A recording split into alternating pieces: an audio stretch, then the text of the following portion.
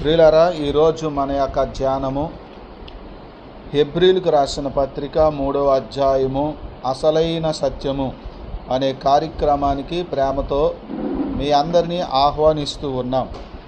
ప్రియులారా, గతించినటువంటి వారాల్లో మన యొక్క పలుకబడిన వాక్యం అనేటువంటి యూట్యూబ్ ఛానల్లో రోమీలకు రాసినటువంటి పత్రిక ధ్యానాలు మనము జరిగిస్తూ వచ్చాము. మొదటి అధ్యాయము కూడా అదే ఛానల్లో అప్లోడ్ చేయటం జరిగింది. ఇక రెండవ అధ్యాయము నుండి మనము ఇప్పుడు ప్రజెంట్ ఈ ఛానల్ ద్వారా ఈ యొక్క సందేశాల్ని అప్లోడ్ చేస్తూ ఉన్నాము. కాబట్టి రోమీలకు రాసినటువంటి పత్రిక యొక్క అధ్యాయాలను కూడా మీరు అందరూ తప్పకుండా వీక్షించాలని ప్రేమతో నేను మిమ్మల్ని కోరుతూ ఉన్నాను. ఎందుకంటే రోమీలకు రాసినటువంటి పత్రికలో అసలైన సంపూర్ణమైన సువార్త అందులో చెప్పబడింది. సంపూర్ణమైన సువార్త పరిపూర్ణం కావాలి అంటే హెబ్రీ పత్రిక కూడా మనము ధ్యానం చేయాలి అనేటువంటి ఉద్దేశంతో రోమీలకు రాసిన పత్రిక తరువాత మనం హెబ్రీ పత్రిక ధ్యానము చేస్తూ ఉన్నాం. ఈ కారణం చేత ప్రతి ఒక్కరూ సత్యం నాకు తెలియాలి, సంపూర్ణమైన సత్యం నాకు కావాలి అనుకునేవారంతా తప్పనిసరిగా పలుకబడిన వాక్యం అనే మన ఛానల్లో ఉన్నటువంటి రోమీలకు రాసినటువంటి పత్రికను అందరూ కూడా వినాలని, ఆ తదుపరి ఈ హెబ్రీ పత్రిక ధ్యానాల్లో కూడా మీరు చక్కగా విని మీ ఆత్మీయ జీవితాలని మెరుగుపరుచుకోవాలని ప్రభు పేట మీకు నేను మనవి చేస్తూ ఉన్నాను. చూడండి, హెబ్రీలకు రాసినటువంటి పత్రిక 3వ అధ్యాయము 1వ వచనం. ఇందువలన పరలోక సంబంధమైన పిలుపులో పాలు పొందిన పరిశుద్ధ సహోదరులారా, మనము ఒప్పుకొనిన దానికి అపోస్తలుడును ప్రధాన యాజకుడనైన యేసు మీద లక్ష్యముంచుడి. చూడండి, అపోస్తలుడైనటువంటి పౌలు గారు ఈ హెబ్రీ పత్రిక చెప్పడానికి గల కారణాలు ఏమిటంటే, ప్రతి ఒక్కరు కూడా ప్రభు అయిన యేసుక్రీస్తు మీద లక్ష్యం ఉంచాలి. ఏం చేయాలండి? ప్రభు అయిన యేసుక్రీస్తు మీద లక్ష్యం ఉంచాలి, గురి ఉంచాలి అనేది పౌలు గారి యొక్క ముఖ్యమైనటువంటి ఉద్దేశం.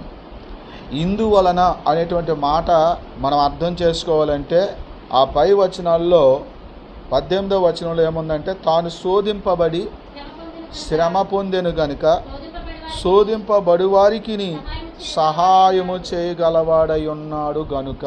ఇందువలనంటే ఆ మాటకు అర్థం. మనం ఇంకా ఈ అధ్యాయాన్ని, ఈ 3వ అధ్యాయాన్ని మరింత బాగా అర్థం చేసుకోవాలంటే పౌలు గారు 2 అధ్యాయాల్లో ఏం మాట్లాడారో అనేది ఒకంత మన జ్ఞాపకంలో ఉంచుకోవడం చాలా అవసరం. పౌలు గారి యొక్క గురి గమ్యం ఏంటంటే, ప్రజలందరూ కూడా ప్రభు అయిన యేసుక్రీస్తు మీద లక్ష్యం ఉంచాలి. ప్రజలందరూ యేసుక్రీస్తు మీద లక్ష్యం ఉంచేటట్లుగా ఆయన ప్రయత్నం చేస్తున్నాడు. మరి ఒక వ్యక్తి మీద ప్రజలు లక్ష్యం ఉంచాలంటే ఆ వ్యక్తిని గురించినటువంటి సమాచారము, సత్యము కావాలి కదా. అందుకనే యేసుక్రీస్తుని గురించినటువంటి సత్యము, సంపూర్ణమైన సత్యాన్ని పౌలు గారు మొదటి నుంచి ఆరంభించాడు. మొదటి అధ్యాయంలో యేసు ప్రభువారు దేవుడని, దేవుని కుమారుడని తెలియపరిచాడు. అంతేకాదు, ఈ భూలోకం అంతటిని కూడా, ఈ సృష్టి అంతటిని కూడా సృష్టించిన సృష్టికర్త యేసే అనే సంగతిని పౌలు గారు చెప్పారు. యూదులు యేసుక్రీస్తును తునీకరించి యేసుక్రీస్తును సిలువ వేసి చంపారు. ఆయన ఒక సామాన్యమైనటువంటి వ్యక్తిలాగా వారు గుర్తించారు. కానీ యేసు సామాన్యమైన వ్యక్తి కాదు. ఆయన ఒక ప్రవక్త కంటేను, ఒక బోధకుడి కంటేను, ఒక అపోస్తలుడి కంటేను, అందరికంటేను ఆయన గొప్పవాడు. ఆయన ఎలా గొప్పవాడు అంటే, ఆయన దేవుడు గనుక గొప్పవాడు, ఆయన దేవుని కుమారుడు గనుక గొప్పవాడు, ఆయన సర్వ సృష్టిని చేసిన సృష్టికర్త గనుక ఆయన గొప్పవాడు. అంతేకాదు, ఆయన మన పాపముల కొరకు ఆయన ప్రాయశ్చిత్తమైపోయాడు, మన కోసం ఆయన బలి అయిపోయాడు ఆయనే అనే విషయాన్ని కూడా ఆయన తెలియజేస్తూ, ఆయన మరణించి తిరిగి లేచి ఆరోహణమై తండ్రి కుడిపార్శ్వమున ఆసీనుడై ప్రస్తుతం ప్రధాన యాజకుని యొక్క యాజకత్వాన్ని అక్కడ నిర్వహిస్తూ ఉన్నాడు అనే సంగతిని పౌలు గారు మొదటి అధ్యాయంలో తెలియపరిచారు. ఇక రెండవ అధ్యాయంలో ఆయన కొన్ని హెచ్చరికలతో ఆయన ప్రారంభించాడు. ఏమని? మనము వినిన సంగతులు విడిచిపెట్టి కొట్టుకొని పోకున్నట్లు వాటి యందు మరి విశేష జాగ్రత్త కలిగి ఉండాలి అని రెండో అధ్యాయంలో ఆయన ఆరంభించాడు. అంటే యేసు క్రీస్తుని గూర్చినటువంటి విషయాలు ఏవైతే మనం ఇప్పటి వరకు చెప్పుకున్నాం అనగా పౌలు గారు చెప్పారో ఆ విషయాలను మీ హృదయములో నుంచి ఎవరు చెరిపేద్దామన్నా సరే చెరిగిపోకూడదు. ఒక చెరగని ముద్రలాగా మీ హృదయంలో భద్రంగా ఉండిపోవాలి. అలా ఉండిపోవటం కోసం మీరేం చేయాలి? విశేషమైన జాగ్రత్త కలిగి ఉండాలి అనేటువంటి మాటతో ఆయన రెండో అధ్యాయం ఆరంభించాడు. అంతేకాదు అక్కడ ఒక కీలకమైన విషయం ఒకటి ఉన్నది. రెండో అధ్యాయం రెండో వచనంలో మనం చూడగలిగితే దేవదూతల ద్వారా పలుకబడిన వాక్యము స్థిరపరచబడినందున అని అన్నాడు. ఈ వాక్యము పోయినటువంటి అధ్యాయంలోనే నేను మీకు చెప్పాను. దేవదూతల ద్వారా పలకబడింది అనగా దేవదూతల ద్వారా నిర్మించబడిన ధర్మశాస్త్రము అని స్టెఫను ఆయన చెప్పడం మనము అపోస్తల కార్యాలు 7వ అధ్యాయంలో మనం చదువుకున్నాం. పోయినటువంటి వారంలో మనం ఈ అధ్యాయం ధ్యానించినప్పుడు అంటే ధర్మశాస్త్రములో అనగా బైబిల్లో ఇవ్వబడినటువంటి 10 ఆజ్ఞలు అనేటువంటివి, అలాగే దేవునికి బలులు అర్పించడం కానివ్వండి, దేవునికి అర్పణలు అర్పించడం కానివ్వండి, దేవుని సన్నిధికి 7వ దినాన్న దేవుని మందిరానికి రావటం కానివ్వండి, ఇట్లాంటి ఆజ్ఞలన్నీ కూడా దేవదూతల ద్వారా అవి నిర్మించబడ్డాయి, తయారు చేయబడ్డాయి అనే విషయాన్ని మనము జ్ఞాపకం ఉంచుకోవాలి. అంతేకాదు ప్రియులారా, ఇక్కడ ఒక కీలకమైన ఒక విషయం చెప్తాను. దేవదూతలు దేవుని సన్నిధికి వచ్చే ఒక దినము తటస్థించింది అనేటువంటి మాట యోబు గ్రంథంలో మొదటి అధ్యాయంలో కనపడుతుంది. అపవాది అనేటువంటి వాడు దేవుని సన్నిధికి వచ్చాడంట. ఎప్పుడు వచ్చాడు చూడండి, యోబు గ్రంథం మొదటి అధ్యాయము 6వ వచనం. దేవదూతలు యెహోవా సన్నిధిని నిలుచుటకై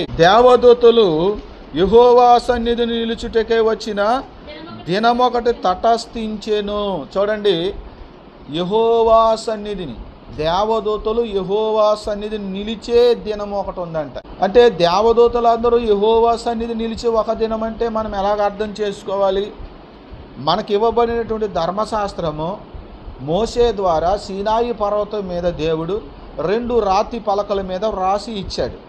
ఈ ధర్మశాస్త్రము దేవదూతల చేత ఇవ్వబడింది అని స్టెఫను గారు పరిశుద్ధాత్మ పూర్ణుడై ఆయన చెప్పారు. ఇక్కడ పౌలు గారు కూడా దేవదూతల ద్వారా పలకబడిన వాక్యము అని ఆయన చెప్తా ఉన్నాడు.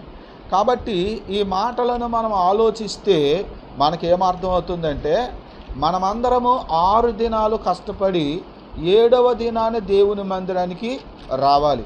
అలా వస్తున్నాం మనమందరం. ఇలాగున 6 దినాలు కష్టపడి 7వ దినాన్న దేవుని సన్నిధికి రావాలి అనే ఈ నియమము, ఈ ఆజ్ఞ ఎవరిది అంటే దేవదూతల ద్వారా నిర్మించబడిన ధర్మశాస్త్రం ఇది.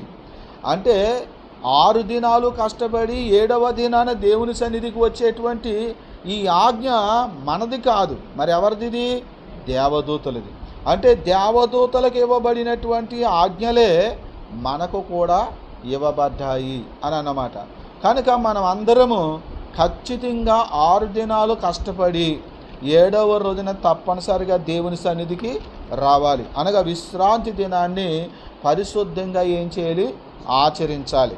అపోస్తలుడైన పౌలు గారు ఇదే హెబ్రీ పత్రికలో ఒక మాట చెప్తారు. ఏమిటి అంటే, యాజక ధర్మము మార్చబడిందంట. ఏమైంది అంటే యాజకులు మార్చబడ్డారు, యాజక ధర్మము మార్చబడింది. అలాగనే విశ్రాంతి దినము కూడా మార్చబడినట్లుగా మనం అర్థము చేసుకోవాలి. ఎందుకు అంటే విశ్రాంతి దినము యూదులకు శనివారం, ఎప్పటికీ వాళ్ళు శనివారమే ఆచరిస్తారు. మరి మనము ఎప్పుడు ఆచరిస్తున్నాము? ఆది అపోస్తుల కాలం నాటి నుంచి కూడా ఈ రోజు వరకు కూడా ఆదివారము మనము ఆచరిస్తూ ఉన్నాం. కాబట్టి ఈ విశ్రాంతి దినము అనేది శనివారం కాస్త ఏమైంది? ఆదివారానికి ఆనాడు ఉన్నటువంటి యాజకులు కాస్త ఈనాడు ఉన్నటువంటి పాస్టర్లకి, ఆనాడు ఉన్నటువంటి గుడార సంబంధమైన పరిచర్య ఈనాడు ఉన్నటువంటి చర్చిలకి ఇలాగున ఏమైంది, ఈ విధంగా పరిచర్య ధర్మం ఇవన్నీ కూడా మార్చబడినట్లుగా మనం అర్థం చేసుకోవచ్చు. ఈ కారణం చేత ప్రతి ఒక్కరూ కూడా 6 దినాలు కష్టపడి ఆదివారం దేవుని మందిరానికి వచ్చి ఆదివారము దేవుని సన్నిధిలో నిలిచే దినముగా మనము దాన్ని ఆచరిస్తూ ఉంటే ఆ తరువాత రోజు నుంచి మళ్ళీ 6 దినాలు కష్టపడితే మళ్ళీ 7వ రోజు మళ్ళీ ఏమొస్తుంది, ఆదివారమే వస్తుంది. కాబట్టి ప్రియులరా, ప్రతి క్రైస్తవుడు కూడా దేవుని ధర్మశాస్త్రము ప్రకారంగా లేకపోతే దేవుని యొక్క వాక్య ప్రకారంగా ఖచ్చితంగా ప్రతి ఆదివారము దేవుని సన్నిధికి రావాలి. ఏం చేయాలి? రావాలి. అయితే ఇక్కడ ఒక హెచ్చరిక ఏంటంటే, చాలామంది దేవుని సన్నిధిని నిర్లక్ష్యం చేస్తున్నారు. ఈనాడు కొంతమందికి భ్రష్టత్వం సంభవించింది. ఏం సంభవించింది? భ్రష్టత్వం వచ్చింది. చాలామంది విశ్వాసుల్లో భ్రష్టత్వం వచ్చింది. ఈ భ్రష్టత్వం కూడా వస్తుందని అపోస్తులు ముందుగానే తెలియచేశారు. దశలోనికి రాసినటువంటి పత్రిక 2వ పత్రిక 2వ అధ్యాయం 3వ వచనాన్ని ఒకసారి చూడండి. మొదట భ్రష్టత్వము సంభవించి నాశన పాత్రుడగు పాప పురుషుడు బయలు పడితేనే కానీ ఆ దినము రాదు. గుర్తుంచుకోండి, యేసు ప్రభువారి యొక్క రాకడ ఎప్పుడు జరుగుతుంది? యేసయ్య ఎప్పుడు వస్తాడు? యేసయ్య నేను త్వరగా వస్తానని చెప్పి వెళ్ళిపోయిన వాడు ఈ రోజుకి రాలేదు అని ప్రజలు తర్జన భజ్జన పడతా ఉన్నారు. వాదోపవాదాలు జరుగుతూ ఉన్నాయి. విమర్శలు ప్రతి విమర్శలు జరుగుతూ ఉన్న ఈ క్రమంలో దేవుడు తన సేవకుల ద్వారా అనేక విషయాలు బయలుపరుచుకుంటూ వచ్చాడు. పేతురు గారు అయితే అంటాడు, ఒక దినము 1000 దినాల్లాగా 1000 దినాలు ఒక దినంలాగా ఉన్నాయి. కాబట్టి ప్రభు రాకడ జరుగుద్ది, ఆలస్యం మాత్రం జరగదని పేతురు గారు చెప్పారు. అయితే ఇక్కడ పౌలు గారు ఏం చెప్తున్నారంటే, ఈ దశలోనికి రాసిన పత్రికలో యేసు ప్రభువారి లోకానికి రావటం కంటే ముందు సంఘములో ఉన్నటువంటి విశ్వాసుల్లో ఏమొస్తుందట? భ్రష్టత్వం వస్తుంది. ఏమొస్తుంది? భ్రష్టత్వం వస్తుంది. నిన్న ఆదివారమా పోయిన ఆదివారమా కానీ పాస్టర్ గారు ఒక విషయము మీకు చెప్పారు, మీకు గుర్తుందో లేదో. ఏంటది? పూర్వం ఉన్నటువంటి వాళ్ళు, మనకంటే పెద్దలైనటువంటి వారు, అనేక సంవత్సరాల నుంచి మనకంటే ముందు నుంచే ప్రభువుని వెంబడిస్తున్న వాళ్ళు ఏం చేస్తున్నారు? దేవుని చిత్తానికి దేవుని వాక్యానికి వ్యతిరేకంగా వాళ్ళు ప్రవర్తిస్తూ ఉన్నారు, లేక మాట్లాడుతూ ఉన్నారు అనేటువంటి మాట మనం వింటూ ఉన్నాం. అవును దేవుని బిడ్డలారా, ఇప్పుడు మీలో ఎవరైనా ఒకవేళ ముసలోళ్ళు అయిపోయి, ఏమండి అప్పుడు యవన ప్రాయములో ఉన్నంత ఓపిక మీకు లేక ఇప్పుడు ఓపిక తగ్గిపోయి, ఒకవేళ మీరు పరిచర్య చేయలేకపోయినా, ప్రార్థనా కూటాల్లో చురుగ్గా పాల్గొనలేకపోయినా ఏం చెప్పాలి? మీ తోటి వాళ్ళకి, మీ పిల్లలకి కానివ్వండి, మీ మనవళ్ళకి కానివ్వండి, మీ మనవరాలకు కానివ్వండి, తోటి విశ్వాసులకు కానీ ఏం చెప్పాలి? అబ్బా, అయ్యా, అమ్మా, నేను యవన ప్రాయములో ఉన్నప్పుడు ఏ కూటాన్ని విడిచిపెట్టలేదు, ఏ ఆదివారం నేను మానలేదు, ఏ శుక్రవారం ప్రార్థన నేను విడిచిపెట్టలేదు, ఏ పరిచర్య నేను మానలేదు, మానకుండా చేశాను యవన ప్రాయంలో ఉన్నప్పుడు. నేను ఇప్పుడు ఏమైపోయాను? వంగిపోయాను. నా శరీరము సహకరించట్లేదు. కాబట్టి నేను అన్ని ప్రార్థనలోనూ, అన్ని కూటాల్లోనూ, అన్ని సమావేశాల్లోనూ పాలు పొందలేకపోతున్నాను. మీకేమొచ్చింది? మీరు యవనస్తులు కదా, మీకేమొచ్చింది?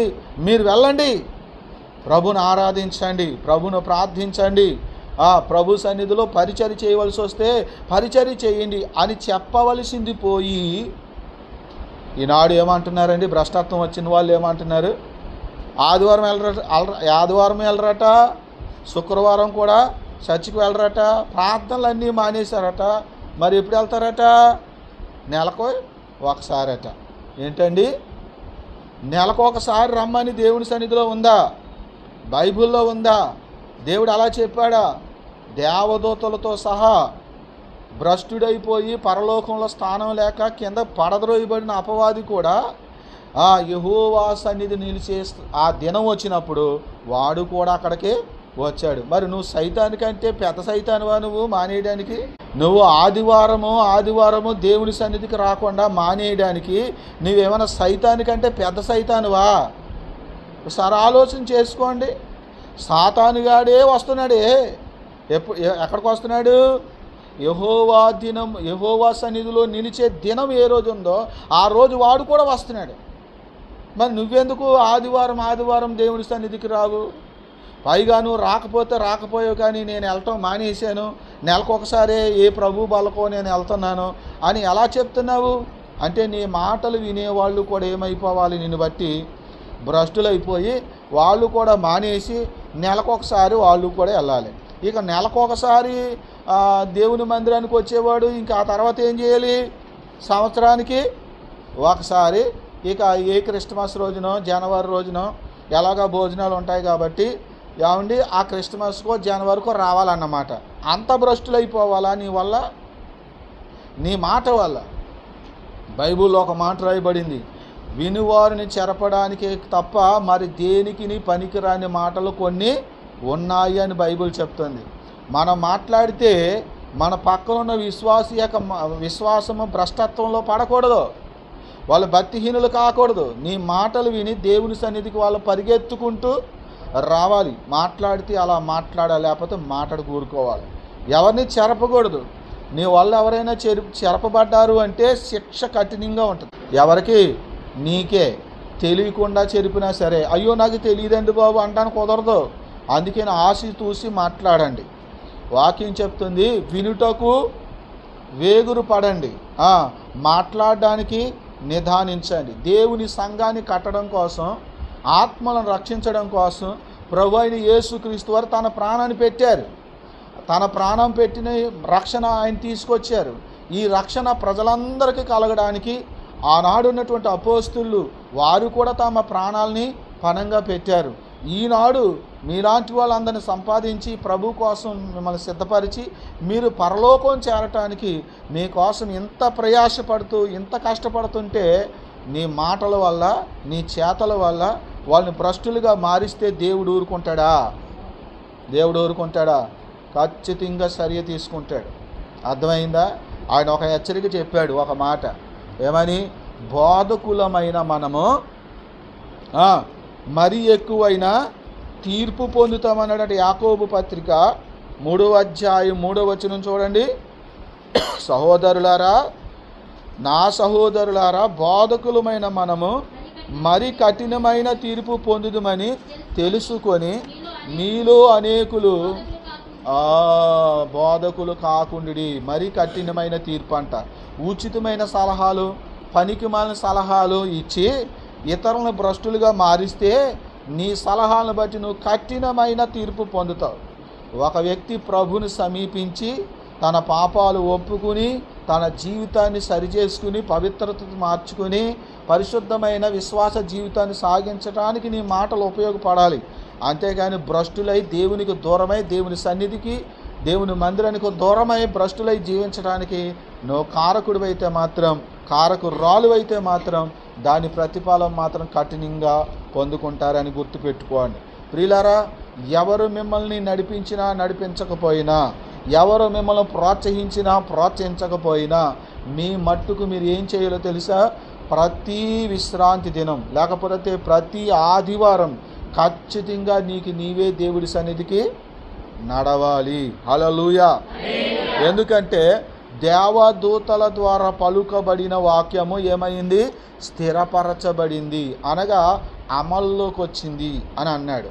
చూడండి, ఇప్పుడు మనం ఇంకా కింద మనం చదివితే హెబ్రీలకు రాసిన పత్రిక 2వ అధ్యాయము 2వ వచనంలో ఇంకా కిందకు మనం చదివితే ప్రతి అక్రమమును అవిధేయతయు న్యాయమైన ప్రతిఫలము పొంది ఉండగా. ఆ మాట అర్థమైందా మీకు? ఏదో చదువుకుంటూ వెళ్ళిపోతాం మనం, వాక్యాన్ని చదువుకుంటూ వెళ్ళిపోతే ఏమీ అర్థం కాదు. ప్రతి మాట దగ్గర ఆగాలి. ఇక్కడ ఏమంటున్నాడంటే కొంతమంది న్యాయమైన ప్రతిఫలం పొందారట. ఏం చేశారు? న్యాయమైన ప్రతిఫలం పొందారని చెప్తుంది ఇక్కడ వాక్యము. ఎందుకు వారు న్యాయమైన ప్రతిఫలం పొందారంటే, ఏమండి అదేం మంచిది అనుకుంటున్నారా? ఆ మాట మంచి మాట కాదు అక్కడ రాయబడతా. మనకేదో డబ్బు కట్టలో నగల బాక్సులో లేకపోతే ఏదో వచ్చేసిందని అనుకోకండి. అక్కడ న్యాయమైన ప్రతిఫలం, దేనికి న్యాయమైన ప్రతిఫలం వచ్చింది? అక్కడ అతను చెప్పాడు, ప్రతి అక్రమమును. అంటే అక్రమముగా నడిచిన వాళ్ళకి అనేక మందికి న్యాయమైన ప్రతిఫలం ఇచ్చాడంటే దేవుడు. అనగా శిక్ష పడిందంట వాళ్ళకి. ఏమైంది? అంతే కదా. న్యాయమైన ప్రతిఫలం అంటే ఏంటి? అక్రమకారులకి న్యాయమైన ప్రతిఫలం అంటే ఏంటి? డబ్బు కట్టలోనో నగల పెట్లు ఇచ్చి పంపుతారా? అదా కాదు కదా. శిక్ష పడిందన్నమాట. ఇక్కడ రెండు విషయాలు చెప్పాడు. ఒకటి అతిక్రమమును, రెండవది అవిధేయతయు అనేటువంటి మాటలు మనం చూస్తున్నాం. అంటే మనం అక్రమముగా నడుచుకోకూడదు, మనము అవిధేయులుగా కూడా మనము నడుచుకోకూడదు. విధేయులమై నడుచుకోవాలి. విధేయులమైతే ఎవరికి విధేయులం అవ్వాలి? మనం ప్రతి ఒక్కరూ మనం ఏమంటామంటే దేవునికి విధేయులం అవ్వాలని అంటాం. మంచిదే. కానీ దేవుడిని కనబడ్డా? దేవుని స్వరం మీరు వింటున్నారా? విని మీరు ఎంత విధేయులయ్యారు చెప్పండి? విధేయులు దేవునికే కానీ మీరు విధేయులై ఉంటే ఆదివారం మీరు మానేస్తారా దేవుడి సన్నిధికి రాకుండా? దేవునికే కానీ మీరు విధేయులై ఉంటే ప్రతి శుక్రవారము జరిగే ఉపవాస ప్రార్థన కూడా మీరు మానేస్తారా? మానరు కదా. మరి మీరు మానేస్తున్నారంటే మీరు విధేయులు అవుతున్నారా, అవిధేయులు అవుతున్నారా? ఆలోచన చేయండి. అనేక విషయాలలో తప్పిపోతున్నారు, అనేక విషయాల్లో అవిధేయత చూపిస్తున్నారు.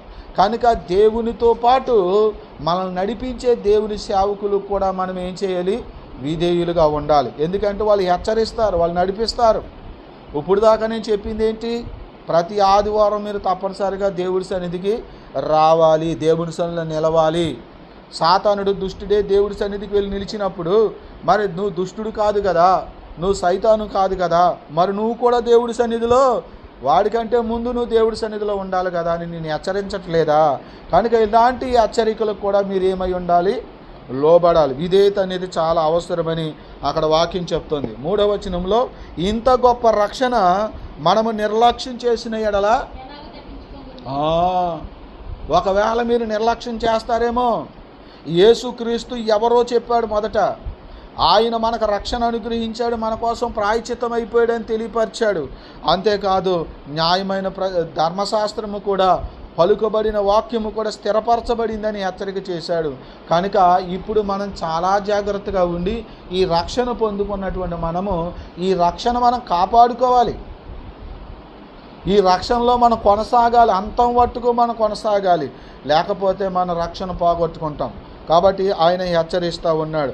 ఈ విధంగా ఆయన 2వ అధ్యాయంలో ఆయన తెలియచేస్తూ, యేసు ప్రభువారు మన కొరకు ఆయన శరీరధారిగా పుట్టి అబ్రహాము యొక్క సంతానం యొక్క స్వభావాన్ని ఆయన ధరించుకుని ఈ లోకంలో పుట్టాడని, ఆయనే ఇప్పుడు మనకు ప్రధాన యాజకుడిగా ఉన్నాడనే సంగతి ఈ 2వ అధ్యాయంలో ఆయన తెలియచేస్తూ, ఇప్పుడు 3వ అధ్యాయంలోకి వచ్చేయమంటున్నాడంటే, ఇందువలన పరలోక సంబంధమైన పిలుపులో పాలు పొందిన పరిశుద్ధ సహోదరులారా అని అంటున్నాడు. చూడండి, పరలోక సంబంధమైన ఏంటి? పరలోక సంబంధమైన పిలుపులో పాలు పొందిన పరిశుద్ధ సహోదరులారా. పరలోక సంబంధమైన పిలుపు అనే విషయాన్ని ఇక్కడ పౌలు గారు ప్రత్యేకంగా చెప్తా ఉన్నాడు. ప్రియులారా, ఈ లోకంలో ఇశ్రాయేలులకు ఒక పిలుపు ఉన్నది, రెండవది మనకు ఒక పిలుపు ఉన్నది. ఇశ్రాయేలులకు ఇవ్వబడిన పిలుపు ఏంటంటే, మీరు కనాను దేశానికి రండి, అనగా మిమ్మల్ని కనాను దేశంలోకి చేరుస్తాను అనేది దేవుడు ఇశ్రాయేలులకు ఇచ్చినటువంటి పిలుపు. మరి మనకిచ్చిన పిలుపు ఏంటి? మిమ్మల్ని పరలోకంలో చేరుస్తాను అనేది మనకిచ్చినటువంటి పిలుపు. అందుకని పరలోక సంబంధమైన పిలుపులో పాలు పొందిన పరిశుద్ధ సహోదరులారా అని ఇక్కడ పౌలు గారు క్లియర్గా చెప్తున్నాడు. ఒక మాట చూడండి, నిర్గమాకాండము 3వ అధ్యాయము 8వ వచనం. కాబట్టి ఐగుప్తుల చేతిలో నుండి వారిని విడిపించుటకును ఆ దేశములో నుండి విశాలమైన మంచి దేశమునకు, అనగా కనానీయులకును, హిత్తీలకు, అమోరీలకు, పెరిజ్జీలకు, హివ్వీలకు, యెబూసీలకు నివాస స్థానమైన పాలు తేనెలు ప్రవహించు దేశమునకు వారిని నడిపించుటకు దిగి వచ్చి ఉన్నాను. ఈ విషయం మీకు అర్థమైందా? దేవుడు దైవజనుడైన మోషేతో చెప్తున్నాడు, మోషే నా ప్రజలైనటువంటి ఇశ్రాయేలు యొద్దకు వెళ్ళు, ఐగుప్తుకి వెళ్ళు. వాళ్ళు శ్రమల్లో వాళ్ళు మొరపెడుతున్నటువంటి ఆ మాటలు నేను విన్నాను.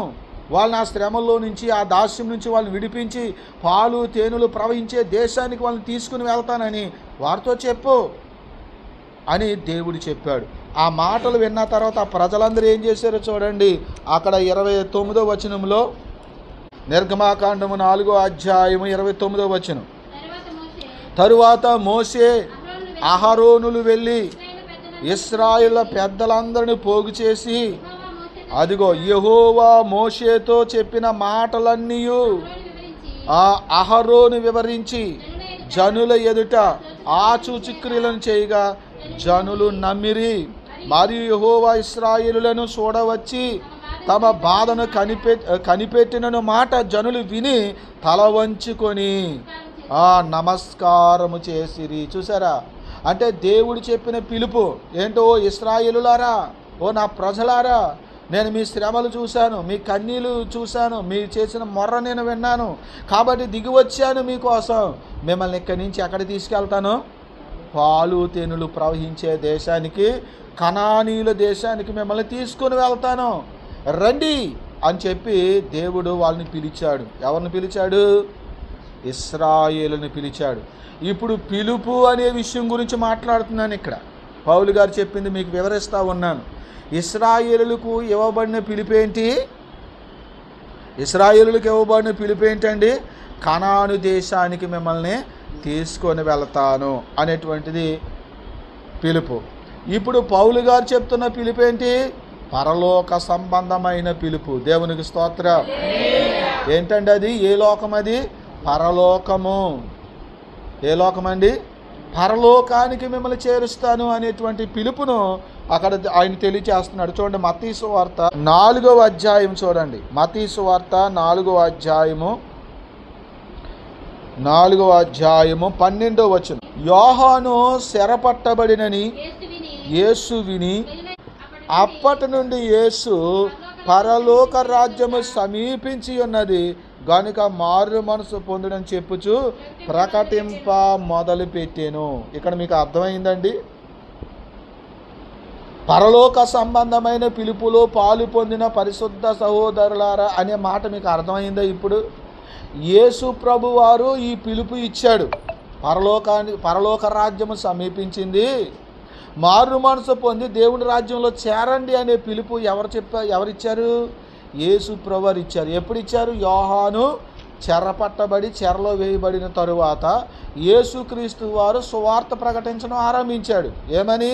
పరలోక రాజ్యము సమీపించింది, మారు మనసు పొంది దేవుణ్ణి నమ్మి ఈ రాజ్యంలో చేరండి అని. అందుకని అపోస్తలుడైన పౌలు ఈ హెబ్రీయులకు రాసిన పత్రిక 2వ అధ్యాయం 4వ వచనంలో కూడా ఏమంటున్నాడు చూడండి ఒకసారి. అట్టి రక్షణ ప్రభువు బోధించుట చేత ఆరంభమైనది. చాలండి. ఈ పరలోక సంబంధమైన ఈ పిలుపు ఎవరు బోధించడం చేత ఇది ఆరంభమైందంట? ప్రభు అంటే యేసుక్రీస్తు ప్రభు వారు బోధించడంతో ఆరంభమైందంట ఈ పరలోక సంబంధమైన పిలుపు. ఇది ఎప్పుడు ఆయన ఆరంభించాడంటే యోహాను గారు చెరపట్టబడిన తరువాత యేసు ప్రభు వారు ప్రకటింప మొదలుపెట్టాడు. ఈ పరలోకానికి చేరండి, ఈ పరలోక రాజ్యంలో చేరండి, మిమ్మల్ని పరలోకానికి చేర్చుకుంటాడు దేవుడు, చేరుస్తాను అనే మాటలు యేసుక్రీస్తు వారు ప్రకటించడం ఆరంభించారు. కాబట్టి ప్రియులారా, పరలోక సంబంధమైన పిలుపు ఇప్పుడు ప్రపంచమంతటికి ఉంది. ఆనాడు ఒక ఇశ్రాయేలులకు మాత్రమే ఒక పిలుపు ఉంది. ఏంటది? పాలు తేనెలు ప్రవహించే దేశమైన కనాను దేశానికి మీ అందరినీ చేరుస్తాననే పిలుపు ఆనాడు ఇశ్రాయేలులకు మాత్రమే ఉన్నది. కానీ పరలోకానికి చేరుస్తాను అనే పిలుపు యేసుక్రీస్తు వారి ద్వారా వచ్చింది. ఆ పిలుపు భూలోకంలో ఉన్న అందరికీ వచ్చింది. దేవునికి స్తోత్రం.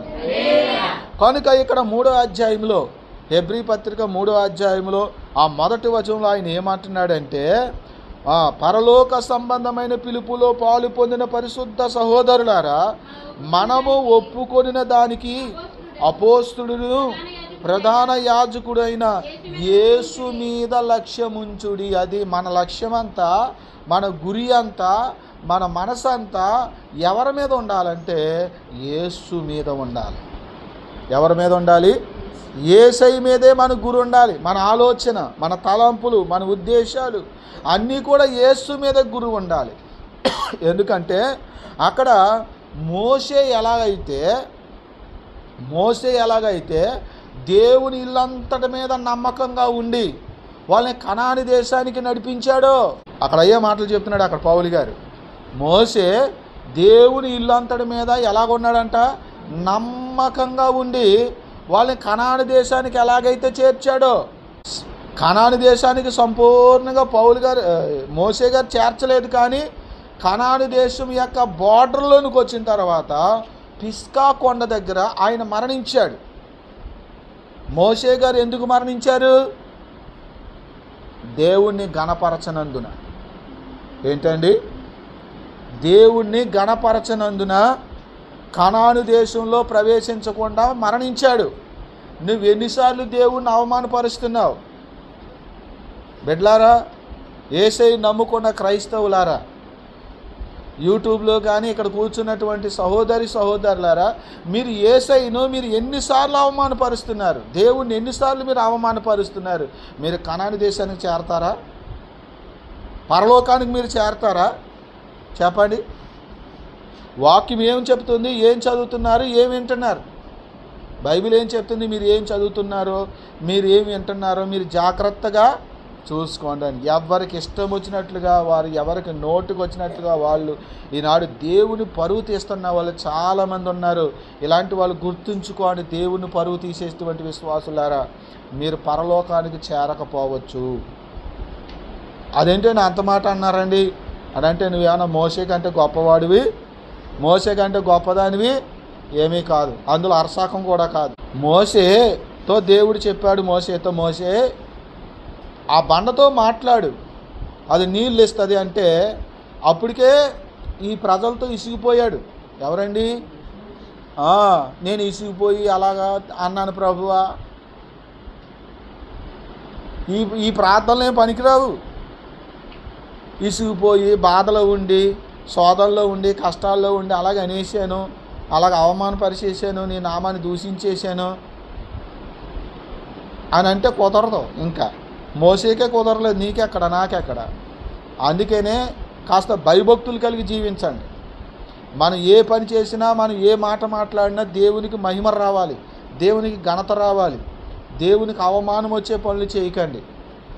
దేవునికి దైవ సేవకుడికి అవమానం వస్తుందంటే దేవుడికి అవమానం వస్తుంది. అక్కడ మీరు అనుకోవచ్చు, దైవజనులు దూషిస్తున్నారు చాలామంది, దైవ సేవకుల్ని అపహాసం చేస్తున్నారు చాలామంది.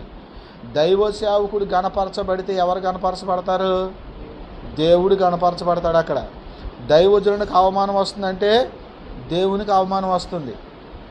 అందుకని దేవుని సేవ చేసేవాళ్ళు కూడా ఒళ్ళు దగ్గర పెట్టుకుని దేవుని సేవ చేయాలి, చేస్తున్నారు కూడా.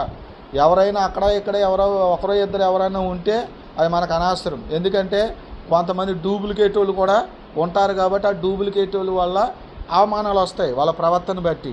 కానీ మనం డూప్లికేట్ సేవకులమైతే కాదు.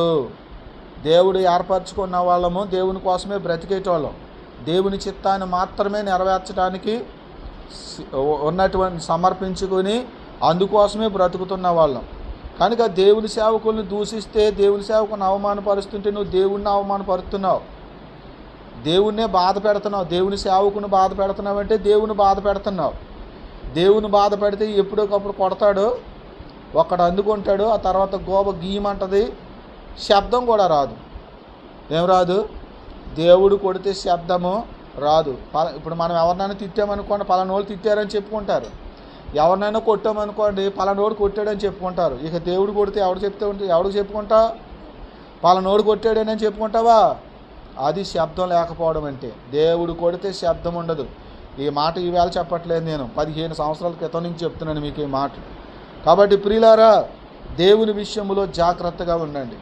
మోషే ఆ ప్రజలందరూ సనుగుతూ ఉంటే అప్పటికే ఇసిగిపోయి, ప్రాణం ఇసిగిపోయి అలసిపోయిన వాడు ఆ బండ దగ్గరికి వెళ్ళి మాట్లాడు అని చెప్పిన మాటను మర్చిపోయి ఆ బండను కర్రతో కొట్టాడంట. ఎలాగా? మీకు నీళ్ళు ఇవ్వాలా ద్రోహులరా అని అక్కడికి వెళ్ళి ఇలా కొట్టేశాడు. ఒకసారి కొట్టిన అనుభవం ఉంది కనుక బండను కొట్టేశాడు. ఆ బండ గురించి అతని దృష్టిలో ఉంచుకోలేకపోయాడు ఆ పొరపాటు వల్ల. దేవుడేమో బండతో మాట్లాడమన్నాడు, ఇతనేమో కొట్టాడు. మరి అది దేవుడికి అవమానమే కదా, అవిధేయతే కదా, అది అక్రమమే కదా. అందుకనే మోషేతో దేవుడు చెప్పాడు, ఆ నీళ్ళు అయితే వచ్చాయి, అందరూ తాగారు, కడుపారా తాగారు. ఆ తర్వాత ప్రయాణం కూడా సాగింది. కానీ దేవుడు ఏమన్నాడు? ప్రజల మధ్యన నీవు నన్ను ఏం చేసావు? అవమానపరిచావు, నన్ను గణపరచలేదు నువ్వు. కాబట్టి నేను తీసుకెళ్తున్నటువంటి పాలు తేనెలు ప్రవహించే దేశంలో నీవు ప్రవేశించవు అన్నాడు దేవుడు. అంతే, అయిపోయింది ఇంకా మోసే చరిత్ర. కానీ దేవుడు కృపగలవాడు ఏం చేశాడంటే, కనాను దేశం యొక్క బార్డర్లోనికి వచ్చిన తర్వాత పిస్కా అనేటువంటి కొండ మీదకి పైకి రమ్మని, ఇక్కడి నుంచి చూడు ఆ కనాను దేశాన్ని ఎలా ఉందో. ఆ దేశంలో అయితే నువ్వు అడుగు పెట్టవు, కానీ నువ్వు ఇక్కడి నుంచి చూడని ఒకసారి చూపించాడు దేవుడు. అంటే కనికరించినటువంటి దేవుడు మోషే మీద ఉన్న ప్రేమను బట్టి, అతని నమ్మకత్వాన్ని బట్టి ఆ దేశాన్ని చూపించాలనుకున్నాడు. భౌతికంగా అయితే మోషే అందులో ప్రవేశించలేకపోయాడు, కానీ అందులో ప్రవేశించి అదంతా సంచరించినట్లుగానే అదంతా చూడగలిగాడు. అయితే మోషేకి పరలోకం అయితే ఉంటుంది, పరలోకానికి అయితే వస్తాడు, కానీ ప్రస్తుతానికి మాత్రం ఆ దేశంలో ప్రవేశించలేడు. ఎందుకంటే అవిధేయులు, దేవుని అవమానపరిచే వాళ్ళు దేవుని రాజ్యంలో చేరరు అనేటువంటి సత్యాన్ని ప్రజలకు తెలియచేయటం కోసం ఎంత గొప్పవాడైనా, ఎంత బోధకుడైనా, ఎంత ప్రవక్త అయినా సరే అలాంటి వాడు కూడా ఆ దేవుని రాజ్యంలో ప్రవేశించడం అనడానికి ఒక గుర్తుగా మోషే గారు అక్కడ చనిపోవటం జరిగింది. దేవునికి స్తోత్రం. కానీ ఇక్కడ మనం గుర్తించవలసింది ఏంటంటే, మోషే దేవుని ఇల్లు అంతట్లో, అనగా దేవుని సంఘం అంతట్లో ఇశ్రాయేలు ప్రజల్ని నడిపించడంలో, కనాను దేశాన్ని నడిపించడంలో అతడు నమ్మకంగా ఉన్నాడట. చూడండి, అక్కడ హెబ్రీయులకు రాసినటువంటి పత్రిక 3వ అధ్యాయము 2వ వచనం. దేవుని ఇల్లు అంతటిలో మోషే నమ్మకంగా ఉండినట్టు, అంటే యేసుక్రీస్తు ప్రభువారు కూడా తన్ను నియమించిన వానికి నమ్మకంగా ఉండెను. ప్రతి ఇల్లును, అంటే యేసు ప్రభువారు మోషే కంటే గొప్పవాడు, యేసు ప్రభువారు మోషే కంటే ఘనత పొందినవాడు అని చెప్తున్నాడు ఇప్పుడు పౌలు గారు. మోషే కంటే నమ్మకస్తుడు యేసు ప్రభువారు. మోషే కంటే గొప్ప ప్రవక్త అయిన మోషే కనాను దేశానికి మాత్రమే తీసుకెళ్తున్నాడు వీళ్ళని, కానీ దేవుని కుమారుడైన యేసుక్రీస్తు మాత్రం ఎక్కడ తీసుకెళ్తాడు? మనల్ని పరలోకానికి తీసుకుని వెళ్తాడు అనే విషయాన్ని ఇక్కడ పౌలు గారు చెప్తున్నారు. చదవండి. ప్రతి ఇల్లు ఎవడైనా ఒకని చేత కట్టబడిను, సమస్తమును కట్టినవాడు దేవుడే. ఇంటికంటే దాన్ని కట్టినవాడు మరి ఎక్కువ, వాడు ఎక్కువ ఘనత పొందినట్టు ఈయన మోషే కంటే ఎక్కువ మహిమకు అర్హుడిగా ఎంచబడిను. ఇల్లు కడితే అబ్బాయి ఎంత బాగుంది, ఇది కట్టిన వాళ్ళు ఎవరమ్మా? ఏంటండి, ఏమని అడుగుతాం మనం? అబ్బా ఈ ఇల్లు ఎంత బాగుందో, చాలా బాగా కట్టారు. ఈ ఇల్లు కట్టిన వాళ్ళు ఎవరు? మేస్త్రి ఎవరు అని అడుగుతారు కదా. కట్టినవాడు దేవుడు, కానీ ఒకని చేత కట్టిస్తాడు. ఇల్లు కట్టుకునేదే మనమే, కానీ ఒక మేస్త్రి చేత మనం కట్టుకుంటాం కదా. అలాగా కట్టిన వానికంటే దాన్ని కట్టించిన వాడే ఎక్కువ ఘనత పొందినట్లు మోషే కంటే యేసు ప్రభువారంట ఎక్కువైనటువంటి ఘనతకు పాత్రుడు. కాబట్టి యేసు గొప్పవాడు, యేసు మోషే కంటే గొప్పవాడు, యేసు మోషే కంటే మహిమకు పాత్రుడు, అర్హుడు. కనుక మీరు ఆయన మీద, ఆ యేసు మీద మీరు ఏం చేయాలి? లక్ష్యం ఉంచండి. ఎందుకంటే మోషే కనాను దేశానికి నడిపించాడు, యేసు అయితే మిమ్మల్ని పరలోకానికి నడిపిస్తాడు అనే విషయాన్ని ఇక్కడ పౌలు గారు తేటగా చెప్తున్నాడు. 6వ వచనం. అయితే క్రీస్తు కుమారుడై ఉండి ఆయన ఇంటి మీద నమ్మకముగా ఉన్నాడు. ధైర్యమును, చూడండి, ధైర్యమును నిరీక్షణ వలన ఉత్సాహమును తుదమట్టుకు స్థిరముగా చేపట్టిన ఎడల మనమే ఆ ఇల్లు. అర్థమైంది? ఇక్కడ ఒక స్పష్టమైన విషయం చెప్తున్నాడు. ఏంటంటే ధైర్యమును. ఏంటంటే అండి, మనకేముండాలంట? ధైర్యం ఉండాలి. రెండవది ఏం చేయాలి? నిరీక్షణ వలన ఉత్సాహము. యేసు ప్రభుని నమ్ముకున్నప్పుడు, బాప్తిసం పొందినప్పుడు చాలా ఉత్సాహం ఉంటుంది. ఇక ఆదివారము మానకుండా వస్తారు, శుక్రవారము మానకుండా వస్తారు, అన్ని ప్రార్థనలో పాలు పొందుతూ ఉంటారు, పరిచర్య చేయాలంటే పరిచర్య చేసేస్తూ ఉంటారు, ఏదైనా దేవుని కోసం ఖర్చు పెట్టాలనుకుంటే ఖర్చు పెట్టేస్తూ ఉంటారు. అబ్బబ్బో ఎంత ఉత్సాహం ఉంటుందో! రాను రాను ఆ ఉత్సాహం ఏమైపోద్ది? నిరీక్షణ ఏమైపోతుందండి? తగ్గిపోతుంది. కానీ ఇక్కడ పౌలు గారు ఏమంటున్నారంటే తుదమట్టుకు స్థిరముగా మన విశ్వాసము, మన నిరీక్షణ, యేసుక్రీస్తునందు మనకున్న ధైర్యము చివరి వరకు, తుదమట్టుకు అంటే అర్థం ఏంటి? మనం చచ్చిపోయే వరకు, లేదా ప్రభువు వచ్చే వరకు. ఏంటండి? ప్రభు వచ్చే వరకు మన నిరీక్షణ నిలబడి ఉండాలి. ప్రభు యందే మన స్థిరంగా విశ్వాసం ఉంచాలి. ఆయనలోనే మనం ధైర్యంగా ఉండాలి. ఆ విధంగా ఉత్సాహాన్ని కనుపరచాలి. ఎప్పుడూ చల్లారిపోకూడదు, వెచ్చగానే ఉండాలి తప్ప మనం నులివెచ్చనగా ఉండకూడదు. స్థిరంగా బలంగా ఉండాలి. అలా ఉంటేనే నువ్వు ఆ ఇల్లు అవుతావు, లేకపోతే ఇల్లు అవ్వవు. అన్ని ఇల్లు కట్టబడదు. ఏమవుతావు? ఇల్లు కట్టబడదు. నీళ్ళు పూర్తిగా కట్టబడాలి అంటే, నువ్వు పరలోకానికి చేరాలంటే నిరీక్షణలో మన స్థిరంగా ఉండాలంట. చూడండి, అక్కడ 15వ వచనంలో ఒక మాట చెప్తున్నాడు ఆయన. అక్కడ ఏమనుందంటే, యాలయనగా, అది పెద్ద వచనం, అందులో సగం వచనం నుంచి చదివితే, యాలయనగా మొదట నుండి మనకున్న దృఢ విశ్వాసము అంతము మట్టుకు గట్టిగా చేపట్టిన ఎడలని క్రీస్తులో పాలివారమై. చూసారండి? అర్థమైందా మీకు? మొదట నుండి మనకున్న దృఢ విశ్వాసం, మొదటి నుండి మనకున్న దృఢ విశ్వాసం ఎలా ఉండాలంట? అంతం మట్టుకు ఉండాలి. అలాగైతేనే నువ్వు క్రీస్తులో పాలువాడై ఉంటావు. చాలా స్పష్టంగా పౌలు గారు చెప్తున్నారు కదా. ఏమండి? రోమీలకు రాసిన పత్రికలోనేమో ఒక మాట చెప్పాడు ఆయన. ఏంటంటే, పాపం విషయంలో నువ్వు చచ్చిపోతేనే, ఏమన్నాడు? పాపం విషయంలో నువ్వు చచ్చిపోతేనే క్రీస్తు అనే వేరొక పురుషుణ్ణి నువ్వు చేరుకుంటావు. అంటే క్రీస్తు యేసునందు ఉంటావు. ఏదో నేను యేసు ప్రభుని నమ్ముకున్నాను, నేను బాప్తిసం పొందుకుంటున్నాను, నేనేమో చర్చికి వెళ్తున్నాను, నేనే దేవుని బిడ్డనే అని నువ్వు అనుకుంటే కుదరదు. ఈనాడు ప్రపంచంలో ఉండే వాళ్ళు అందరూ కూడా ఏమనుకుంటున్నారు? నేను యేసయ్యని నమ్ముకున్నాను, నేను దేవుని బిడ్డని, నేను యేసుక్రీస్తులో ఉన్నాను, బాప్తిసం పొందుకున్నాను, మందిరానికి కూడా వెళ్తున్నాను, కానుకలు కూడా ఇస్తున్నాను, ప్రార్థనలు చేసేస్తున్నాను, పాటలు పాడేస్తున్నాను, ఇంకా అన్నీ చేసేస్తున్నాను నేను, కాబట్టి నేను క్రీస్తునందు ఉన్నాను, నాకు ఏ శిక్ష లేదు అని అనుకుంటున్నారు. వీళ్ళు గుడ్డు విశ్వాసులే. పౌలు గారు అలా చెప్పట్లేదు. పౌలు గారు చెప్పింది ఏంటి? బాప్తిసం పొందడం అవసరమే, దేవుని మందిరానికి రావటం అవసరమే, ప్రార్థనలు, పాటలు, పరిచర్యలు ఇవన్నీ అవసరమే. కానీ అంతకంటే ముఖ్యమైనది ఏంటి? పాప విషయంలో చచ్చిపోవాలి.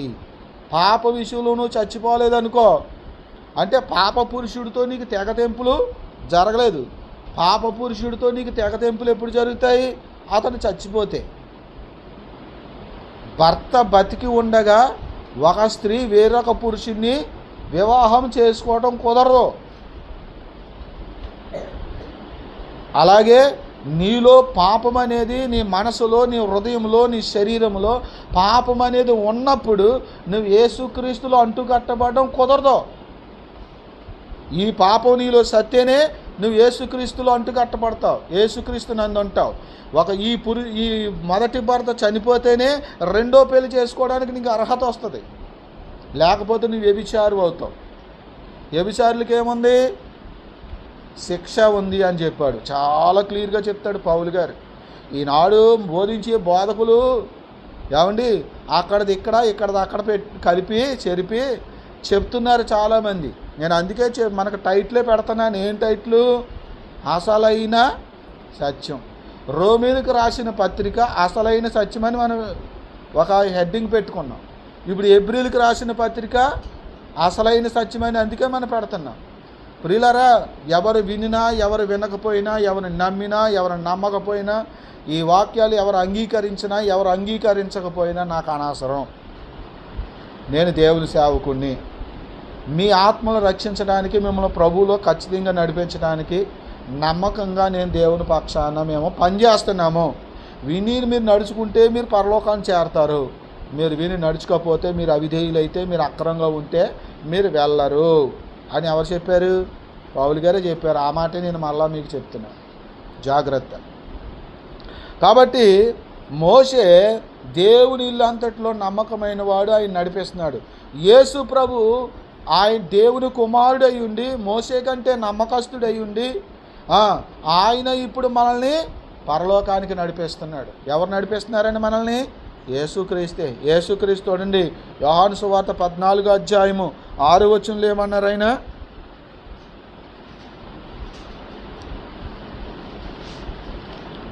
యోహాను సువార్త 14 యేసు నేనే మార్గము, నేనే సత్యమును, నేనే జీవమును, నా ద్వారానే తప్ప ఎవడును తండ్రి యొద్దకు రాడు. చూడండి, తండ్రి యొద్దకు అంటే పరలోకానికి వెళ్ళాలంటే ఆ మార్గం ఎవరు?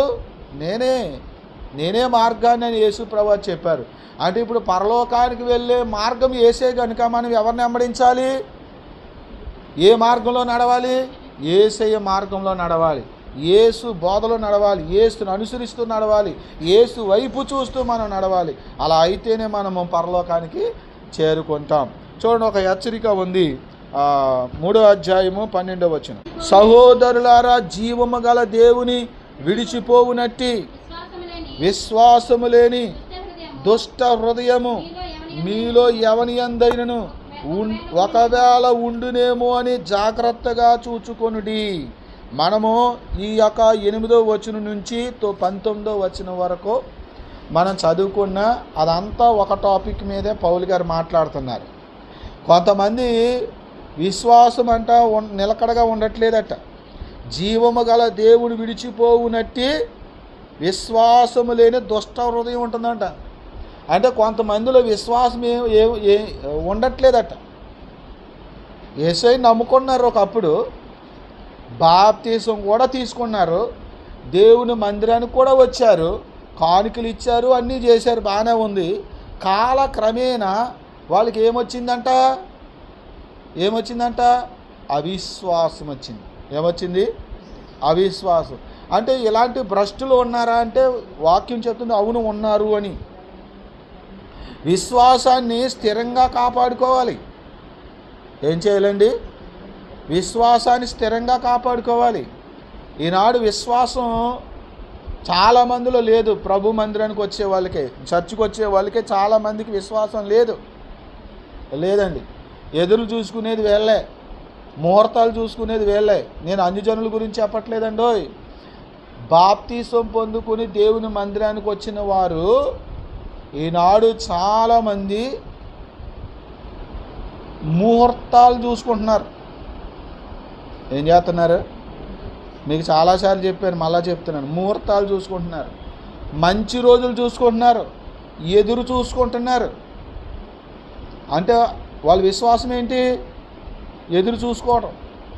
ఎవరైనా మంచి వ్యక్తులు బొట్టెట్టుకుని, ఎవరైనా మనిషి ఎవరైనా బొట్టెట్టుకుని ఎదురొచ్చిన వ్యక్తులు ఎవరైనా, అంటే కావాలని రారు కదా, వస్తారు కదా. మనం ఎక్కడికైనా వెళ్తుంటే, ఏదైనా పని మీద కానీ ఏ ఊరన్నా ఎక్కడికైనా వెళ్తున్నప్పుడు ఎవరో ఒకరు ఎదురు ఎలా వస్తారు కదా. వచ్చేటప్పుడు ఆ ఎదురు మొదట వచ్చేవాళ్ళు ఒకవేళ స్త్రీ అయితే బొట్టెట్టుకుని ఉండాలి ఆమె. ఈ విశ్వాసం ఎవరిది అసలు? అన్యులది. కానీ అదే విశ్వాసాన్ని ఎవరు అవలంబిస్తున్నారు? క్రైస్తవుల్లో బాప్తిస్తం పొందిన వాళ్ళు కొంతమంది అనుసరిస్తున్నారు. ఆ బొట్టెట్టుకుని ఎదురొచ్చిన మనిషి చెడ్డదైనా పర్లేదు కానీ బొట్టె ఉందా లేదో చూస్తారు. ఒకవేళ బొట్టు లేదనుకో, ఈమె విధవరాలు అనుకుని, చిచ్చి ఇలాంటిది ఎదురొచ్చింది అంటే అనుకుని వెనక తిరిగి వెళ్ళిపోతారు. ఎవరు? కొంతమంది విశ్వాసులే, అంటే క్రైస్తవుల్లో కొంతమంది. అంటే వీళ్ళ విశ్వాసం ఎవరి మీద ఉంది చెప్పండి? దేవుడి మీద లేదు. నేను వెళ్తున్న ప్రయాణంలో దేవుడు నాకు తోడుగా ఉండి నన్ను క్షేమంగా తీసుకువెళ్ళి మళ్ళీ క్షేమంగా తీసుకొస్తాడు అనే విశ్వాసం దేవుడి మీద లేదు. నేను చేసే పని చేయబోతున్న ఈ పని తలపెట్టిన ఈ పని దేవుడే సఫలం చేస్తాడని దేవుడి మీద విశ్వాసం లేదు, కానీ ఎదురొచ్చిన ఆమె మీద ఉంది. ఉందా లేదండి? ఇలాంటి వాళ్ళు ఉన్నారా లేదా? చాలామంది విశ్వాసులు అలాగే ఉన్నారు. ముహూర్తాలు ఎట్టుకుంటారు, ఎదురు చూసుకుంటారు. ప్రియులరా, ఆ అన్యులు పలికే మాటలు వీళ్ళ నోట వస్తూ ఉంటాయి. అలాంటి వాళ్ళలో ఏమీ లేదంటే విశ్వాసం లేదు. మన విశ్వాసము ప్రతి విషయంలో ఎవరి మీద ఉండాలి? యేసుక్రీస్తు మీద ఉండాలి. ఆ యొక్క విశ్వాసము నిలకడగా ఉండాలి. అలా ఉంటుందా? లేదు, లేదు. వీళ్ళే తాయితీ తీసుకొచ్చి కట్టేస్తారు. లేకపోతే అయ్యి బాబు పాస్టర్ గారు నువ్వేనా కట్టావు అని అంటారు. ఎందుకు వచ్చిందని వాళ్ళ చేత వీళ్ళ చేత కట్టింటారు. వీళ్ళే తాయితులు తెమ్మనేది వీళ్ళే. ఒంట్లో బాగలేదు, నీరసం వచ్చింది, జ్వరం వచ్చింది అని వాళ్ళ చేత వీళ్ళ చేత తాయితులు తెప్పించి కట్టిస్తారు. విశ్వాసమైనటువంటి నీ ఇంటిలో నీ కొడుక్కో కూతురికో మనవడికో మనవరాలకో ఎవరికో బాగపోతే తాయితులు తెచ్చి కడుతుంటే ఏం చేస్తున్నావు నువ్వు? మరి వాళ్ళు దేవుడిని నమ్ముకోలేదు కదండి, మా పిల్లోడు దేవుడిని నమ్ముకోలేదు, వాడు తెచ్చి కట్టేసాడండి. మరి నువ్వెందుకు విశ్వాసివి? ఇంట్లో సాక్షిగా ఉండాలి కదా. ఊరంతటికి సాక్షిగా లేకపోయినా నీ ఇంట్లో అయినా నువ్వు సాక్షిగా ఉండాలి కదా. అంటే అక్కడ మాటలు లేవు. ప్రియులారా, ఇలాంటి భ్రష్టులు చాలామంది ఉన్నారు. కనుక విశ్వాసంలో జాగ్రత్తగా ఉండాలి. విశ్వాసాన్ని కాపాడుకుంటేనే మీరు క్రీస్తులో పాలువారై ఉంటారు అని ఇక్కడ పౌలు గారు క్లియర్గా చెప్తున్నాడు. ఆనాడు ఉన్నటువంటి ఇశ్రాయేలు కనాను దేశానికి వెళ్తున్న వారిలో విశ్వాసం లేదట. చూడండి, ఆ మాట చెప్తూ ఆయన బాధపడుతున్నాడు. చూడండి 16వ వచనం, విని కోపము పుట్టించిన వారు ఎవరు?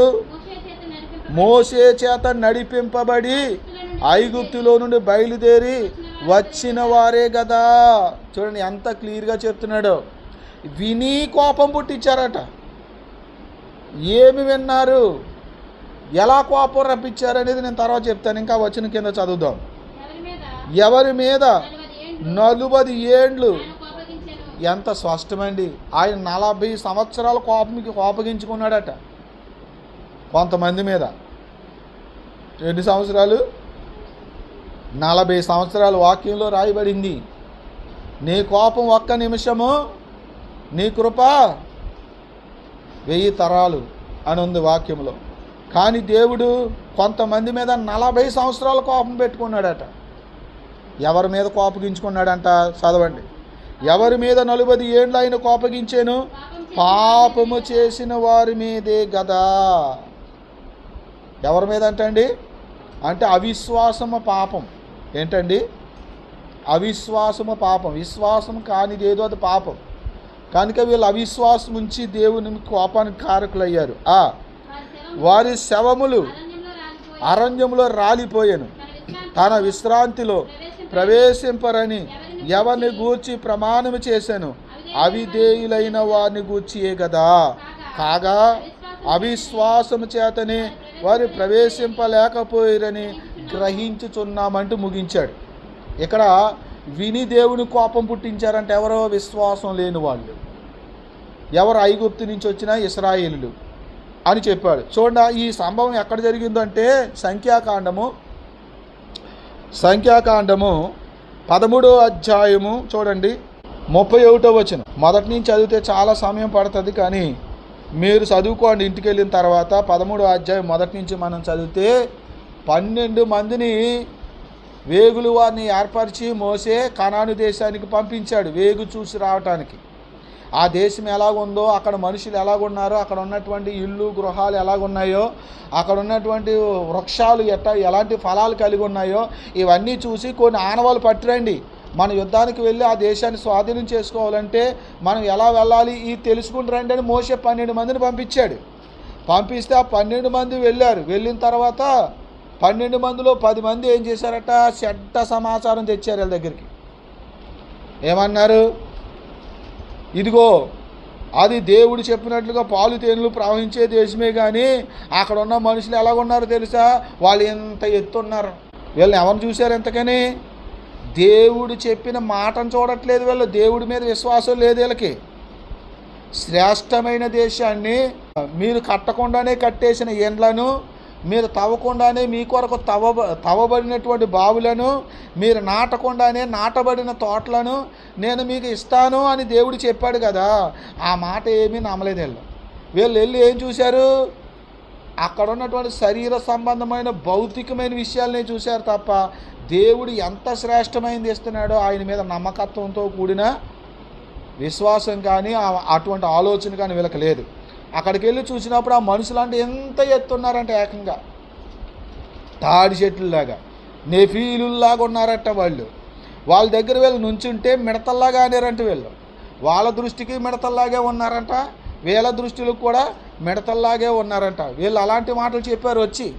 మేము వాళ్ళ ఎదుట మేము మిడతల్లాగా ఉన్నాము అన్నప్పుడు వీళ్ళకి ఏం అర్థమైందంటే, అయ్యో మిడత అంటే కాలు కింద వేసి ఇలా తొక్కితే ఏమైపోద్ది? పచ్చడైపోద్ది. అంటే మేము ఇప్పుడు ఆ దేశం మీదకి వెళ్ళి ఆ దేశాన్ని స్వాధీనం చేసుకోవాలని ప్రయత్నిస్తే వాళ్ళు మిడతలను తొక్కినట్టుగా తొక్కి మమ్మల్ని చంపారేస్తారన్నమాట. అయ్యి బాబు ఎంత బలవంతుల దగ్గరికి ఆ దేవుడు మనల్ని తీసుకెళ్తున్నాడు అంటే ఐగుప్తులో సావలో చంపకుండా ఇక్కడ తీసుకొచ్చి చంపుతాడా దేవుడు?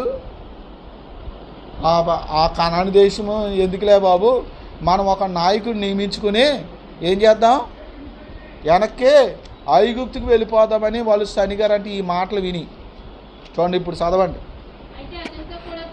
అయితే అతనితో కూడా పోయిన ఆ మనుషులు, ఆ జనులు మనకంటే బలవంతులు, మనము వారి మీదకి పోజాలము. చూసారా వాళ్ళు ఎలా చెప్తున్నారో ఆ మాటలు. మరియు వారు తాము సంచరించి చూచిన దేశమును గూర్చి ఇశ్రాయేలుతో చెడ్డ సమాచారము చెప్పి, మేము సంచరించి చూసిన దేశము తన నివాసులను భక్షించు దేశము, దానిలో మాకు కనబడిన జనులందరూ ఉన్నత దేహులు, అక్కడ నెఫీల సంబంధులైన అనాకు వంశపు నెఫీలులను చూచితిమి. మా దృష్టికి మేము మిడతల వలె ఉంటిమి, వారి దృష్టికి మేము ఉంటిమనిరి. 14 మొదటి వచనం. అప్పుడు ఆ సర్వ సమాజము ఎలుగెత్తి కేకలు వేసెను, ప్రజలందరూ ఆ రాత్రి ఎలుగెత్తి ఏడ్చిరి. చూడండి అక్కడ 3వ వచనంలో, ఈ అరణ్యమందు ఆ సర్వ సమాజం అయ్యో ఐగుప్తులో మేమేలా సావలేదు, ఈ అరణ్యమందు మేమేలా సావవలెను, మేము కత్తివాత పడినట్లు యెహోవా మమ్మును ఈ దేశంలోనికి ఎలా తీసుకొని వచ్చెను, మా భార్యలు మా పిల్లలు కొల్లపోవుదురు, తిరిగి ఐగుప్తుకు వెళ్ళుట మాకు మేలు కదా అని వారితో అనిరి. వారు మనము నాయకుని ఒకని నియమించుకొని ఐగుప్తునకు తిరిగి వెళుదుమని ఒకనితో ఒకడు చెప్పుకొనగా. ఇదిగో ఈ మాటలు విని ఇలా శనిగారంట వాళ్ళు. అంటే వీళ్ళకి ఏం పోయింది? కనాను దేశంలో దేవుడు మమ్మల్ని చేరుస్తాడు అనే విశ్వాసము వీళ్ళలో పోయింది. అందుకే కొంతమంది చూడండి, దేవుని గురించి దేవుని పరలోకం గురించి చెప్పామనుకో, పరలోకం ఎక్కడుంది, ఎవడు వెళ్ళాడు పరలోకానికి అంటారు వీళ్ళే. ఎవరు పరలోకం ఎవడెళ్ళాడు అంటావా? పరలోకం వెళ్తామో లేదో నీకేం తెలుసు అంటావా? ఆ పరలోకానికి వెళ్ళడానికే కదా మనం ప్రయత్నం చేస్తుంటా. పరలోకం ఉందో లేదో ఎవడు చూసి వచ్చాడు అని పలుకుతావా? పలకొచ్చా మనం అలాగ? అసలు ఏలేమని పలుకుతున్నారండి వీళ్ళు? దేవుడు మమ్మల్ని అరణ్యంలో చంపడానికి తీసుకొచ్చాడా అని చెప్పి ఆ కనాను దేశానికి వెళ్ళేది మానేది తర్వాత సంగతి కానీ బాబు, ఎందుకు వచ్చింది? ఒక నాయకుడిని నియమించుకుని మనం ఏం చేద్దాం, తిరిగి ఐగుప్తుకి వెళ్ళిపోదాం. అంటే వీళ్ళ ఏమి లోపించింది? విశ్వాసము లోపించింది. వీళ్ళు అవిశ్వాసులు అయిపోయారు. మరి మనలో కొంతమందికి బిడ్డలారా కొన్ని కష్టాలు కొన్ని శ్రమలు రావచ్చు.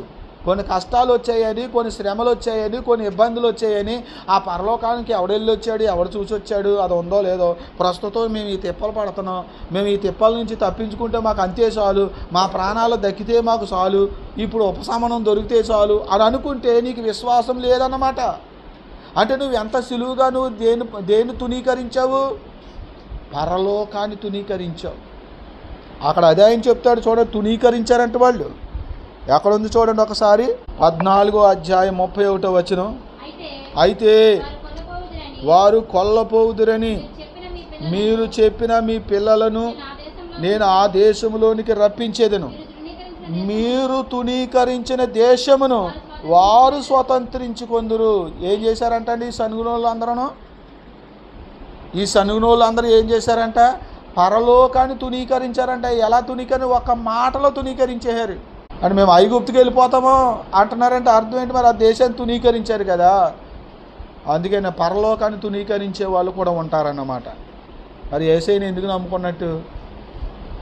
ఎందుకు బాప్తిసం తీసుకున్నట్టు? అంటే అప్పుడు నమ్ముకున్నప్పుడు ఉన్న విశ్వాసము, తొలి దినాల్లో దేవుని వెంబడించినటువంటి విశ్వాసం ఇప్పుడు ఏమైపోయింది? కొన్ని కష్టాలు, కొన్ని బాధలు, కొన్ని బలహీనతలు, కొన్ని అవసరాలు, కొన్ని ఇబ్బందులు వచ్చేసరికి ఏమైపోయింది? అదంతా పోయింది. ఇప్పుడు ఏమొచ్చేసింది? అవిశ్వాసం వచ్చేసింది. ఆనాడు ఇశ్రాయేలులు అరణ్యంలో ప్రయాణం చేస్తున్నప్పుడు వాళ్ళని కొంతమంది ఆ ప్రయాణంలో కొంతమంది యుద్ధం చేయడానికి వచ్చారు. అలా కొన్ని వాళ్ళు పరిస్థితులు ఎదుర్కొన్నారు. కొన్నిసార్లు ఆహారం కొరత వచ్చింది. ఆ ఆహారం కొరత వచ్చినప్పుడే కదా వాళ్ళు శనిగారు. అప్పుడు దేవుడు మన్నాను కురిపించాడు.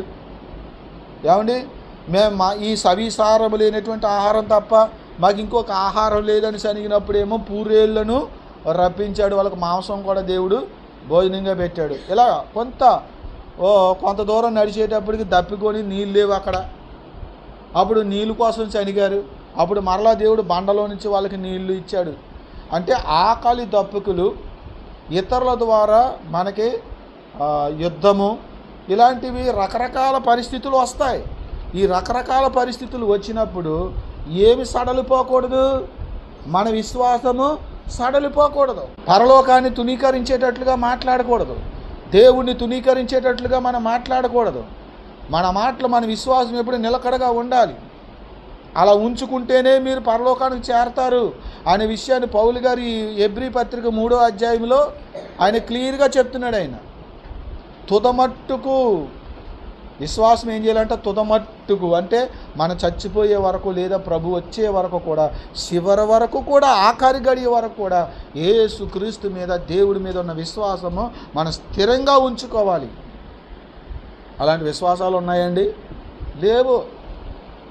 లోకంలో అవిశ్వాసులాగా జీవించేస్తున్నారు. మేమే భక్తులమని అందరిలో ప్రకటించేసుకుంటున్నారు. మనం ప్రకటించేసుకుంటే వెళ్ళిపోతాం మా పరలోకము? లేదు. దేవుని యందు విశ్వాసం ఉంచాలి. దేవుని వాక్యం చెప్తున్నట్లుగా విధేయతతో మనము క్రమంగా నడుచుకోవాలనే విషయాన్ని ఈ 3వ అధ్యాయంలో ఆయన చెప్తూ 40 సంవత్సరాలట వాళ్ళకి దేవుడు ఇచ్చాడు. చూడండి, అక్కడ 40 అనే మాట గురించి ఒక మాట చెప్తాను, అక్కడ చూపిస్తాను. 34వ వచనం, మీరు ఆ దేశమును సంచరించి చూచిన 40 దినముల లెక్క ప్రకారము దినమునకు 1 సంవత్సరము చొప్పున 40 సంవత్సరములు మీ దోష శిక్షను భరించి నేను మిమ్మును రోసి వేసినట్లు తెలుసుకొందురు. 40 రోజులు సంచరించారు కదా ఆ కనాను దేశం వెళ్ళి. ఈ 12 మంది వెళ్ళి కనాను దేశాన్ని చూసి వచ్చారట. ఎన్ని రోజులు చూశారు? ఆ దేశంలో ఎన్ని రోజులు సంచరించారు? 40 రోజులు పట్టిందంట. కాబట్టి ఒక్క రోజుకి, ఒక దినానికి 1 సంవత్సరం చొప్పున మీరు 40 సంవత్సరాలు ఈ అరణ్యంలోనే ఏమవుతారు? తిరిగి సత్తారు మీరు. అది మిమ్మల్ని మాత్రం నేను కనాను దేశంలోకి చేర్చను అన్నాడు. ఎవరిని? శనిగిన వాళ్ళు. ఎవరు ఆ శనిగిన వాళ్ళు? ఎవరో తెలుసా? 20 సంవత్సరాల కంటే పైబడి ఉన్న వయసు. ఎవరు శనిగారండి? 20 సంవత్సరాలంటే అర్థం ఏంటి? పెళ్లి వయసు. 20 సంవత్సరాలు రాకముందే నీకు పెళ్లి కావాలా? నీకు విశ్వాసం లేదు. 20 సంవత్సరాలు వచ్చినాడికి నేను పెద్దోడిని అయిపోయాను, నేను పెద్దదాన్ని అయిపోయాను అంటావు. మరి నువ్వు పెద్దోడివి అయితే నీ విశ్వాసం ఎలా ఉండాలా? ఏదో పిల్లలు అంటే అన్నారనుకోవచ్చు పోని. మరి 20 సంవత్సరాల కంటే పెద్దోడివై పెద్దదానివి అయిపోయిన నీ మాటలు, దేవుని పట్ల నీ మాటలు ఎలా ఉండాలి?